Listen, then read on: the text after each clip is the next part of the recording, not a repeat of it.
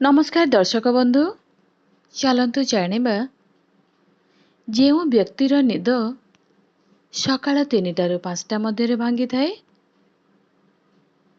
केउ सांगतिक रोग होई थाए। चलतु जानिबा निद मनीष पई अत्यंत जरूरी होई थाए। खाद्य जेतिकी शरीर पई आवश्यक ठीक सेतिकी निद मध्य आवश्यक होई थाए। ठीक सेतिकी निद भी शरीर पई आवश्यक। निद जदि पूरा न हेबो ताहले मनीषर शारीरिक आ मानसिक स्तर रे असुविधा होई थाए। तेबे आजिर समय रे सठिक निद नेबा अति कष्टकर होई थाए। सोशल मीडिया व्यवहार करी मनीष राति अधा जाए चेई रहुछि। तेबे एभली परिस्थिति रे मनीष ठीक निद नहीं पारि न थाए। तेबे सेथिपाई बारंबार राति रे निद भांगी जाई थाए। वैज्ञानिक मानक अनुଯାयी मनीष निद साधारणतः रातिर तृतीय प्रहर रे भांगी थाए, कारण एही समय रे निद तार अवस्थिति बदलई थाए।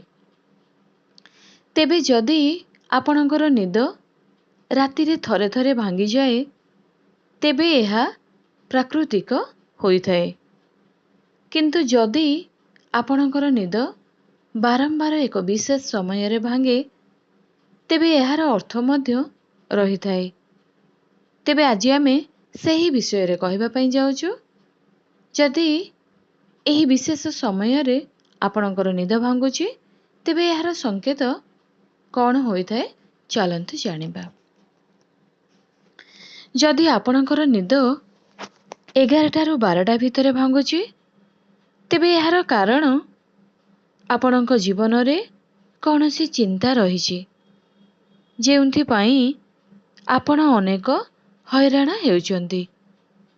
तेबे एभली परिस्थिति रे आपण सेथिरु मुक्ति पाइबा पई निजकु सकारात्मक ऊर्जा रे भरिबाकू हेबो। जहा हेबार थिबो हेबो, एथिरे एते चिंता करी चितारे जळिबा उचित नुहे। तेबे आपण एथिरु निजकु मुक्त करिबा पई निज मनकु बुझेइबा आवश्यक होई थाए। तेबे जदि आपणकर निद 12 ରୁ 1 भितर भांगुछि तेबे एहार अर्थ आपणको कौनसी नकारात्मक शक्ति घरे रहिछि, जेमिति तंत्र मंत्र हेउ किंबा काहार नजर लागिबो अबा भूत प्रेतर थिबार मध्य अधिक आशंका रहुछि। तेबे एभली परिस्थिति रे सतर्क रुहंतु आउ कौनसी उपाय एहा पई निश्चय करंतु। तेबे दर्शक बंधु, रातिर 1 ରୁ 3 जाए निद सबुठारु गभीर होई थाए। जदि एही समय रे आपणकर निद भांगुछि तेबे एहार कारण आपणकर स्वास्थ्य होई थाए। निश्चिंत भावरे आपणक यकृत रे कौनसी असुविधा होईछि तेबे एहार उपचार करंतु। पानी नियंतु, पानी पियंतु, कौनसी भल डाक्तरंकु परामर्श करंतु। तेबे एहा व्यतीत एहा मध्य एक संकेत होई थाए कि आपणक मन रे किछि अकुआ कथा रही जाइछि, मन भांगी जाइछि। तेबे एभली परिस्थिति रे निजको बुझेइबा सहित निजको आगको बढ़िबार प्रयास करंतु। जदि आपणकर निद राति 3ଟା पाखापाखि भांगुछि तेबे एहार अर्थ आपणक पाखको कौनसी दैविक शक्तिर आगमन हेउछि।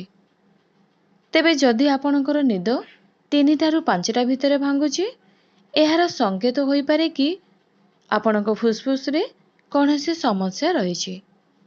एहा व्यतीत शास्त्र रे एही समय को अमृत बेला कहा जाइछि। एही समय रे देवादेवींकर आगमन होई थाए। तेबे एही समय रे ଯଦି ବାରମ୍ବାର ଆପଣଙ୍କର ନିଦ ଭାଙ୍ଗୁଛି, ତେବେ ଏହାର ଅର୍ଥ ଆପଣଙ୍କୁ କୌଣସି ଅଲୌକିକ ଶକ୍ତି ଊର୍ଜା ପ୍ରଦାନ କରୁଛି। ତେବେ ଆପଣଙ୍କ ପାଖରୁ ଧନ ଦୌଲତ ଆସିବାର ଆଶଙ୍କା ରହିଛି। ଏହି ସମୟରେ ଉଠିଲେ ଭଗବାନଙ୍କୁ ଜପ କରନ୍ତୁ, ଶୁଭ ହୋଇଥାଏ। ଯଦି ଆପଣଙ୍କର ନିଦ 5ଟାରୁ 7ଟା ଭିତରେ ଭାଙ୍ଗୁଛି, ତେବେ ଏହାର ଅର୍ଥ ଆପଣ ବହୁତ ଅବହେଳିତ ହେଉଛନ୍ତି। ଏହାର ପ୍ରଭାବ ଖରାପ ହୋଇପାରେ, କାରଣ ଶାସ୍ତ୍ରରେ ଲେଖା ଅଛି, ସୂର୍ଯ୍ୟଦେବ ଆସିବା ପୂର୍ବରୁ ଉଠିଯିବା ଶୁଭ ହୋଇଥାଏ। ତେବେ 5ଟାରୁ 6ଟାରେ ଭାଙ୍ଗୁଥିବା ନିଦ ଭଗବାନଙ୍କ ପାଇଁ ଶରଣ ହୋଇଥାଏ। ତେବେ ଆପଣ ଏହି ସମୟରେ ଉଠି ଭଗବାନଙ୍କୁ ଜପ କରିପାରିବେ। ସ୍ନାନ ସାରି ପୂଜା କରିବା ବହୁତ ଶୁଭ ହୋଇଥାଏ।